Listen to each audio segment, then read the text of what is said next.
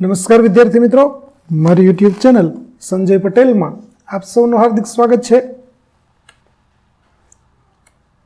મિત્રો, આજના વિડીયોની અંદર આપણે ધોરણ 6 વિષય છે સામાજિક વિજ્ઞાન, જેનો પાઠ 8મો, જેનું નામ છે ભારત વર્ષની ભવ્યતા.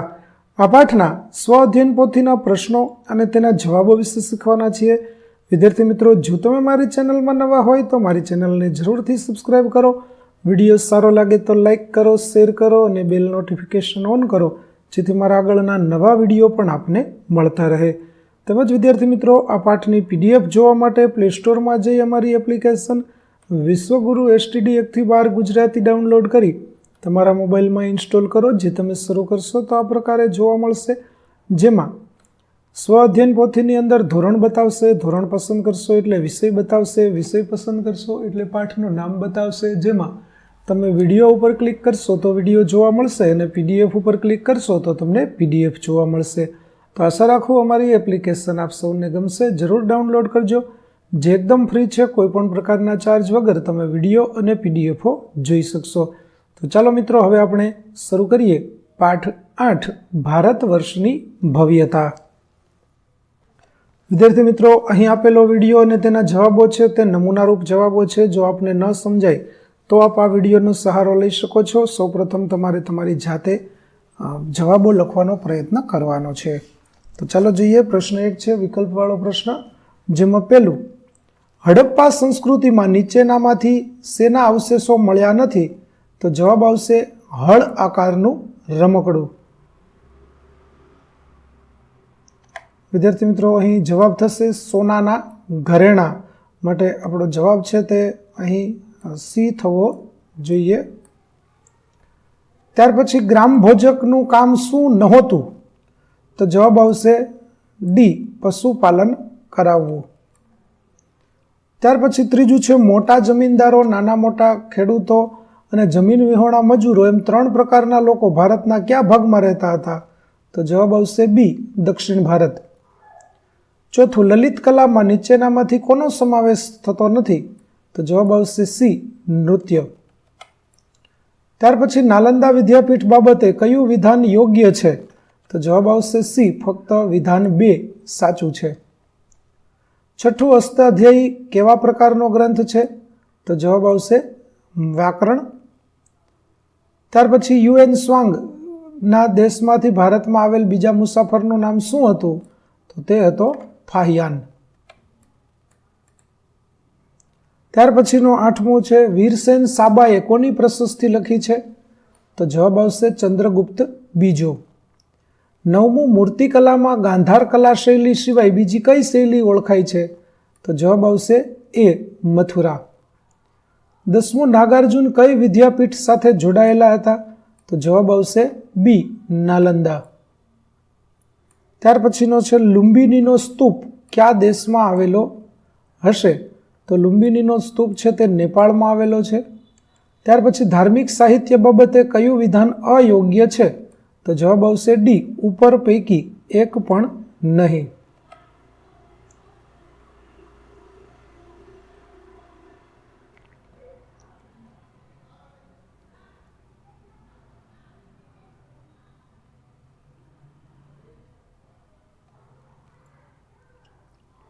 વિદ્યાર્થી મિત્રો, અહીં જવાબ છે તે A થશે.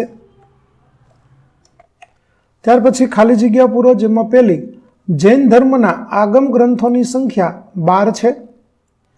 બીજું, ચંદ્રગુપ્ત બીજાના સમયમાં ચીની મુસાફર ફાહિયાન ભારત આવેલો હતો. ત્રીજું, અશોકનો શિલાલેખ મૌર્ય સામ્રાજ્યના વહીવટી તંત્ર વિશે માહિતી આપે છે. ચોથું, બૌદ્ધ ગ્રંથની પ્રસિદ્ધ તંજર સંહિતા તિબ્બત ભાષામાં છે.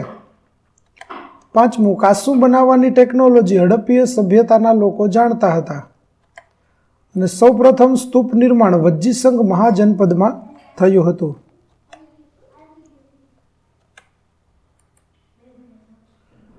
ત્યાર પછી પ્રશ્ન 3, વિધાનો ખરા છે કે ખોટા તે જણાવો.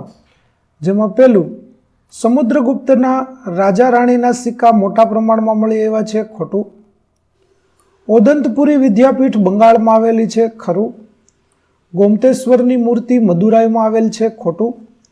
ગ્રીક નાવિક ફાહિયાનના ભૂગોળ ગ્રંથમાંથી ભારતના બંદરની માહિતી મળે છે, તો તે ખોટું થશે. લોથલમાંથી વખારના અવશેષ મળેલા છે, ખરું. છઠ્ઠું છે ગાંધાર અફઘાનિસ્તાનમાં આવેલું છે, ખરું. ત્યાર પછી સાતમું, વસ્ત્રના ઉપર દુપટ્ટા જેવા વસ્ત્રને અધિવાસ કહેવામાં આવતું હતું, તો તે પણ ખરું થશે. ત્યાર પછી મૌર્ય યુગની વિશે માહિતી વિદેશી ગ્રંથ ઇન્ડિકામાંથી મળે છે, તો તે ખરું છે. નવમું, પારાની ભસ્મ બનાવી તેનો દવા તરીકે ઉપયોગ કરવાની શરૂઆત કનિષ્કએ કરી, તે ખોટું આવશે. અને સૌથી શ્રેષ્ઠ સિક્કા મૌર્ય કાળના જોવા મળે છે, તે ખોટું આવશે. ત્યાર પછી પ્રશ્ન 4, મને ઓળખો. મારા સિક્કા પર હું વીણાવાદન કરતો કોતરાયેલો છું, તો તે આવશે સમુદ્રગુપ્ત. બીજું, મને ભારતનો પ્રાચીન કાયદા ગ્રંથ ગણવામાં આવે છે, તો તેમાં આવશે મનુસ્મૃતિ. ત્રીજું, પ્રાચીન હિન્દુ સાહિત્યમાં અમારી સંખ્યા 4 છે, તો જવાબ આવશે વેદો. ચોથું, મારી મૂર્તિકલાની શૈલીમાં સૌ પ્રથમ બુદ્ધની મૂર્તિ બની, તો આવશે મથુરા કલા. પાંચમું, હું 3 સંગમમાં 1600 જેટલા લોકકવિઓએ રચેલ વીર કાવ્યોની રચનાનું સ્થળ છું, તો તે આવશે મદુરાઈ. ત્યાર પછી જોડકા જોડો, જેમાં કૌટિલ્યની સામે આવશે 3 નંબર અર્થશાસ્ત્ર, વેદવ્યાસની સામે આવશે 6 નંબર જય સંહિતા, કાલિદાસની સામે આવશે 1 નંબર રઘુવંશ, પાણિનીની સામે આવશે 4 નંબર વ્યાકરણ, મેગેસ્થનીસની સામે આવશે 2 નંબર ઇન્ડિકા. ત્યાર પછી 1-2 વાક્યમાં જવાબ આપો, જેમાં પહેલો છે, ભારતના બંદરોની માહિતી કયા ગ્રીક નાવિકના ગ્રંથોમાં જોવા મળે છે, તો ભારતના બંદરોની માહિતી ગ્રીક નાવિક ટોલેમીના ભૂગોળ વિષયક ગ્રંથોમાં જોવા મળે છે. બીજું, અષ્ટાધ્યાયી ગ્રંથ આશરે કેટલા વર્ષ પહેલા લખાયેલો છે, તો અષ્ટાધ્યાયી ગ્રંથ આશરે ઈસવીસન પૂર્વે 5મી સદીમાં, એટલે કે લગભગ 2500 વર્ષ પહેલા લખાયેલો છે. ત્રીજું, મેઘદૂતમના લેખક કોણ છે, તો મેઘદૂતમના લેખક મહાકવિ કાલિદાસ છે. ચોથો પ્રશ્ન, બૌદ્ધ ધર્મના નિયમોની માહિતી કયા રાજાના શિલાલેખો દ્વારા થાય છે, તો બૌદ્ધ ધર્મના નિયમોની માહિતી સમ્રાટ અશોકના શિલાલેખો દ્વારા મળે છે. પાંચમું, બામિયાનની બુદ્ધ મૂર્તિ હાલ કયા દેશમાં આવેલી છે, તો બામિયાનની બુદ્ધ મૂર્તિ હાલ અફઘાનિસ્તાનમાં આવેલી છે. ત્યાર પછી છઠ્ઠું છે, પુરુષપુર નામનું સ્થળ હાલ કયા નામે ઓળખાય છે, તો પુરુષપુર નામનું સ્થળ હાલમાં પેશાવર નામે ઓળખાય છે. સાતમું, ભારતના સૌથી જૂના સિક્કા કયા છે, તો ભારતના સૌથી જૂના સિક્કા પંચમાર્ક સિક્કા છે.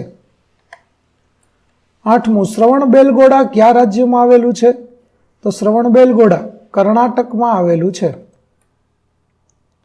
નવમું, પ્રવેશિકા શું છે, તો પ્રવેશિકા એટલે વિદ્યાપીઠમાં પ્રવેશ મેળવવા માટે લેવામાં આવતી પરીક્ષા.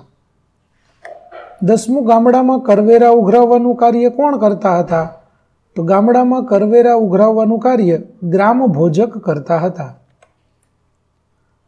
ત્યાર પછી 3-4 વાક્યમાં ઉત્તર લખો, જેમાં પહેલું છે, પ્રાચીન બુદ્ધ અને જૈન સાહિત્યના નામ જણાવો, તો બૌદ્ધ ધર્મના મુખ્ય ગ્રંથોને ત્રિપિટક કહેવામાં આવે છે. તેમાં સૂત પીટક, વિનય પીટક અને અભિધમ્મ પીટકનો સમાવેશ થાય છે. ઉપરાંત દીધ નિકાય, મજ્જિમ નિકાય અને મિલિંદ પાન્હો જેવા ગ્રંથો અગત્યના છે.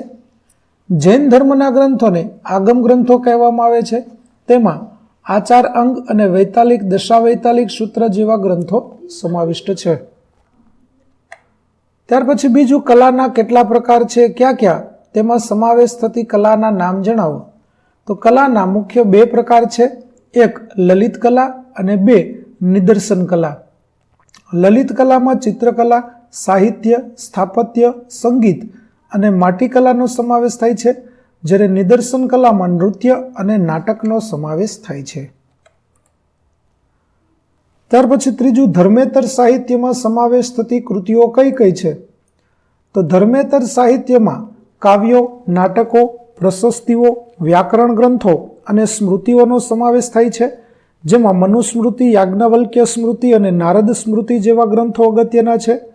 કૌટિલ્યનું અર્થશાસ્ત્ર અને કાલિદાસના મેઘદૂતમ તથા રઘુવંશમ જેવી કૃતિઓ પણ તેમાં આવે છે. ચોથું, પ્રાચીન ભારતના ગ્રામીણ જીવન અને નગર જીવનની વિશેષતા જણાવો. તો પ્રાચીન ભારતમાં ગામડાનો વડો ગ્રામભોજક કહેવાતો અને તે કરવેરા ઉઘરાવતો તથા કાયદો વ્યવસ્થા જાળવતો. દક્ષિણ ભારતમાં મોટા જમીનદારો, નાના ખેડૂત અને જમીન વિહોણા મજૂર રહેતા. નગરો કિલ્લેબંધીથી સુરક્ષિત હતા અને ત્યાં વલયકૂપ જેવી સુવિધાઓ હતી. ત્યાર પછી ભારતમાં આવેલા વિદેશી મુસાફરો વિશે ટૂંકમાં જણાવો. તો ભારતમાં અનેક વિદેશી મુસાફરો આવ્યા હતા. મેગેસ્થનીસે ઇન્ડિકા ગ્રંથમાં મૌર્ય યુગ વિશે માહિતી આપી છે.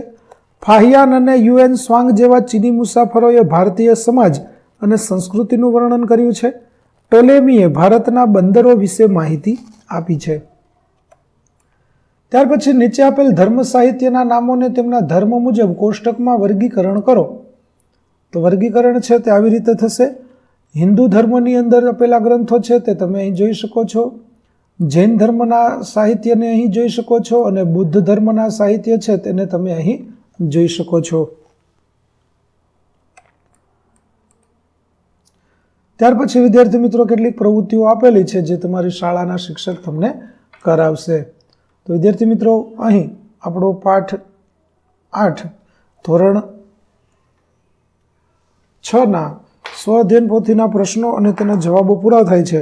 આગળના પાઠના પ્રશ્નો અને તેના જવાબો મેળવવા માટે મારી ચેનલને જરૂરથી સબસ્ક્રાઇબ કરો તેમજ પીડીએફ જોવા માટે પ્લે સ્ટોરમાંથી અમારી એપ્લિકેશન વિશ્વગુરુ STD 1-12 ગુજરાતી ડાઉનલોડ કરો, જેમાં આપને ધોરણ 6 તમામ વિષયના સ્વાધ્યાય સોલ્યુશન, સ્વાધ્યાય પોથી સોલ્યુશનના વિડીયો અને પીડીએફો મળી રહેશે, જે એકદમ ફ્રી છે. કોઈપણ પ્રકારના ચાર્જ વગર તમે વિડીયો અને પીડીએફો જોઈ શકશો. તો આશા રાખું અમારી એપ્લિકેશન પણ આપને ગમશે. જરૂર ડાઉનલોડ કરજો. ફરી મળીશું નવા વિડીયો સાથે. ત્યાં સુધી આવજો.